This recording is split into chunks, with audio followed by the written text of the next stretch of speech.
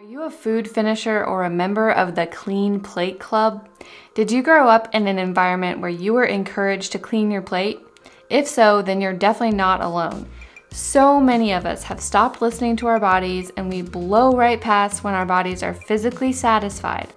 Sometimes we go so far as to get uncomfortably full because the food was so tasty, or I paid for that, or I didn't want it to go to waste. If this sounds like you, then keep watching. In this video, I'm going to talk to you about why it might be time to revoke your membership to the Clean Plate Club, or at least renegotiate the terms of your membership, because cleaning your plate could be killing your progress. Hey friends, I'm Christina.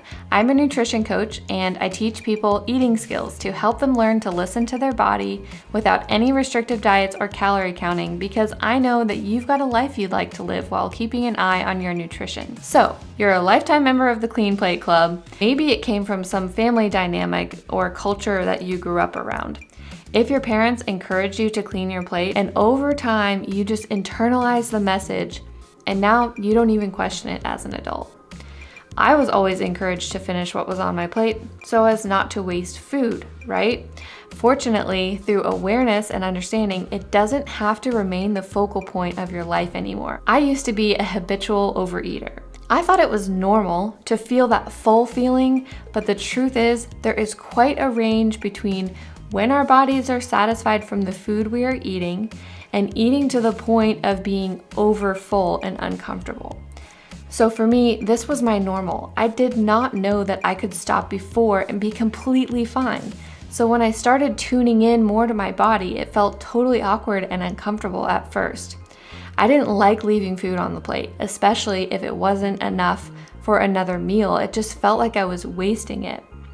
Once I stopped overeating at meals, I realized I could end a meal feeling neutral, not hungry and not stuffed. If you're someone who walks away from the table feeling as if you've got that heavy, stretched feeling in your stomach, that you need to unbutton your pants and maybe even take a nap after eating, that's probably not a win. But I think this is a lot of people's normal. Our bodies are really good at telling us when we are hungry and when we are satisfied, but we aren't always paying attention. And guess what? You will probably feel awkward about trying this at first. But you know that's just a part of being new at something.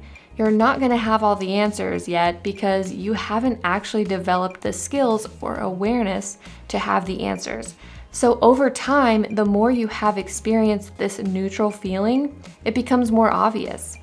Understanding fullness can be one of the most helpful yet nuanced eating skills. If this was something that was easy, then I wouldn't have a job teaching people to pay attention to this. So that should let you know how challenging it can be to learn to assess your fullness, or at least respond to it when you feel it. So how do we better assess and determine when to stop eating if it's not when the plate is empty? How do we stop?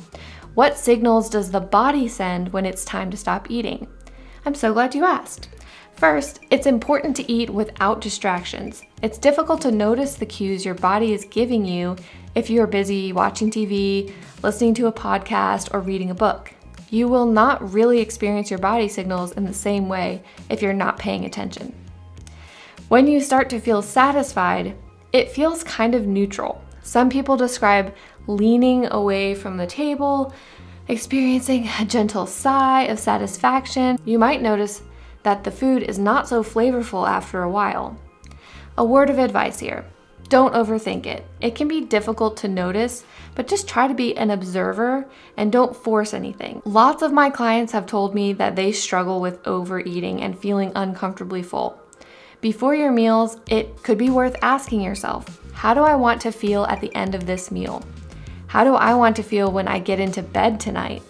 If you think of the fullness or satisfaction scale being from 0 to 10, 0 is like super hungry, weak, needing to eat something, and 10 is like so full you're going to be sick, where would you like to end up at the end of your meal? There is no way to get better at this habit besides just feeling it in your body. You have to check in with how your body feels throughout the meal, because our mind can eat a lot more than our bodies need, but our bodies will always tell us if we pay attention. So what happens if you have a few bites left? Do you go ahead and eat it anyway to clean that plate? Or how do we stop in the moment? You might think, if there are just a few bites left on the plate, what is the big deal? But consider, a few bites a day, a few times a day, lots of bites over the course of a year, it adds up. Here are some things that my clients have tried to indicate the meal is over. First, some people decide that after they make their plates, they created this habit of cleaning up the food in the kitchen and leftovers before sitting down to eat.